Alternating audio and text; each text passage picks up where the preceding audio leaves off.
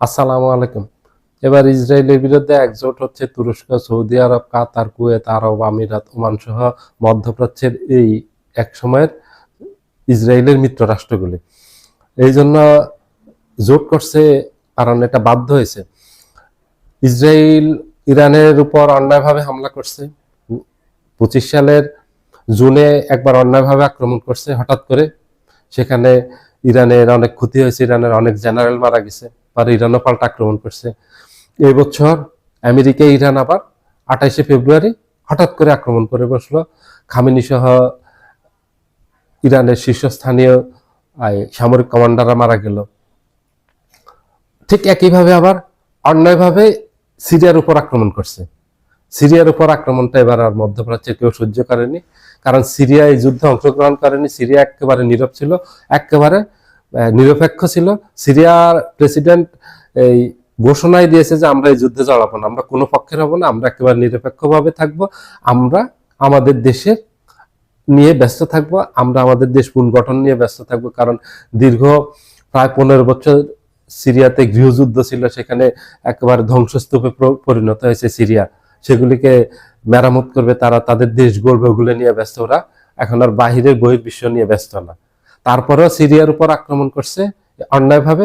কারণ এখন যদি এটার প্রতিবাদ না করে ইসরায়েলের, এবং ইসরায়েলের বিরুদ্ধে যদি এই মধ্যপ্রাচ্যের দেশগুলি না দাঁড়ায়, তাহলে একসময় এরাই আক্রান্ত হবে, পরবর্তী টার্গেট হবে।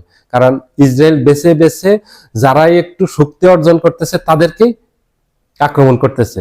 এই যে ইরান তো ইসরায়েল আক্রমণ করেনি, এবং ইরানের সাথে ইসরায়েলের কোনো বর্ডারও নেই। যে বর্ডার নিয়ে সমস্যা আছে, তার সাথে পাশাপাশি দেশ, আমাদের সাথে যেমন ভারতের সমস্যা আছে, অথবা ভারতের সাথে পাকিস্তানের বর্ডার আছে, চীনের বর্ডার আছে, ভারতের সাথে সমস্যা আছে পাশাপাশি দেশ হওয়াতে। তো ইরান আর ইসরায়েলের সাথে দূরত্ব হলো মাঝখানে 2000 কিলোমিটার, ওই ধরনের কোনো সমস্যা নেই। তাহলে ইরান কেন আক্রমণ করলো? ইসরায়েল অন্যায়ভাবে 2বার আক্রমণ করলো।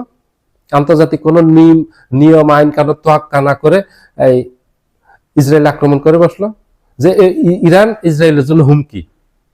এজন্য এখন হুমকি যাকে মনে করতেছে তাকে আক্রমণ করতেছে। পরবর্তী সময়ে সৌদি আরবে আক্রমণ করবে, তারপরে দেখা গেছে সংযুক্ত আরব আমিরাতকে আক্রমণ করবে, তারপরে তুরস্ককে আক্রমণ করবে, তারপরে পাকিস্তানকে আক্রমণ করবে। এখনই যদি ইসরায়েলের বিরুদ্ধে রুখে না দাঁড়ায়, তাহলে একের পর এক দেশ আক্রান্ত হতে থাকবে, এবং এটা অব্যাহত থাকবে, এগুলি করতেই থাকবে। তখন তারা ক্ষতিগ্রস্ত হবে। তখন মধ্যপ্রাচ্যের দেশগুলির স্বাধীনতা, সার্বভৌমত্ব বলতে কিছু থাকবে না, যদি একের পর এক আক্রমণ করতে থাকে আর বাধা না দেয়। এবং আমাদের মুসলিম কান্ট্রিগুলির অনৈক্যের কারণে আজকে ইসরায়েল এত বড় দুঃসাহস করেছে এই ইরানের উপর আক্রমণ করার, এবং এই যে ফিলিস্তিনটাকে পুরো দখল করে নিল। এই যে আমাদের অনৈক্যের কারণ মুসলিম দেশগুলির, এটা পুরো ভূখণ্ডটা হলো ফিলিস্তিনের। গাজাকে দেখেন কিভাবে ধ্বংস করলো। 2 বছরে গাজার 70,000 মানুষ হত্যা করছে, এর সংখ্যা আরো বেশি, কমবে না। এবং 2 লক্ষের কাছাকাছি মানুষ গুরুতর ভাবে আহত হয়েছে। এই আরব দেশগুলি তখন নীরব ছিল, আজকে নীরবতার ফল ভোগ করতেছে। আজকে সিরিয়া ভোগ করবে না, কালকে যাকে মন চাইবে ইসরায়েলের তাকে আক্রমণ করবে। এইভাবে আক্রমণ হতেই থাকবে, এটা বন্ধ থাকবে না।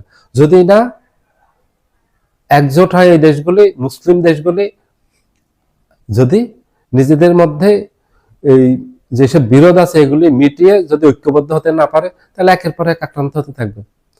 ইরাক কেন আক্রমণ করছে? আমেরিকার সাথে তো ইরাকের কোনো সমস্যা নেই।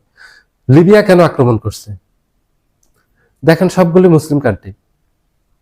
এবং এই যে এখন পাকিস্তান এবং আফগানিস্তান যুদ্ধটা চলতেছে, আমাদের ভিতরে কত অনৈক্য। 2টা মুসলিম কান্ট্রি, পাশাপাশি দেশ, মিলেমিশে থাকার কথা না, এক দেশ আরেক দেশকে আক্রমণ করতেছে, পর্যদস্ত করতেছে, এবং এক দেশ আরেক দেশের অবকাঠামো ধ্বংস করে দিচ্ছে, অর্থনীতি ধ্বংস করে দিচ্ছে। এগুলি বন্ধ করতে হবে। এগুলি যতদিন বন্ধ না হবে, আমাদের মূল সমস্যা হলো আমাদের মাঝে ঐক্য নেই। আমাদের মাঝে এই যে জোট করা দরকার, আমাদের একটা বিশাল শক্তি একভাবে দাঁড়ানো আমাদের, সেটা নেই। আমরা বিচ্ছিন্ন হয়ে গেছি, এই জন্য সবাই সুযোগ নিচ্ছে। এইভাবে যারাই বিচ্ছিন্ন থাকবে সবাই আক্রান্ত হতে থাকবে ইরানের মতো। পরবর্তী সময় অন্যরা টার্গেট হবে, সবাই একই পথে যাবে। সবাই ভালো থাকবেন, আল্লাহ হাফিজ।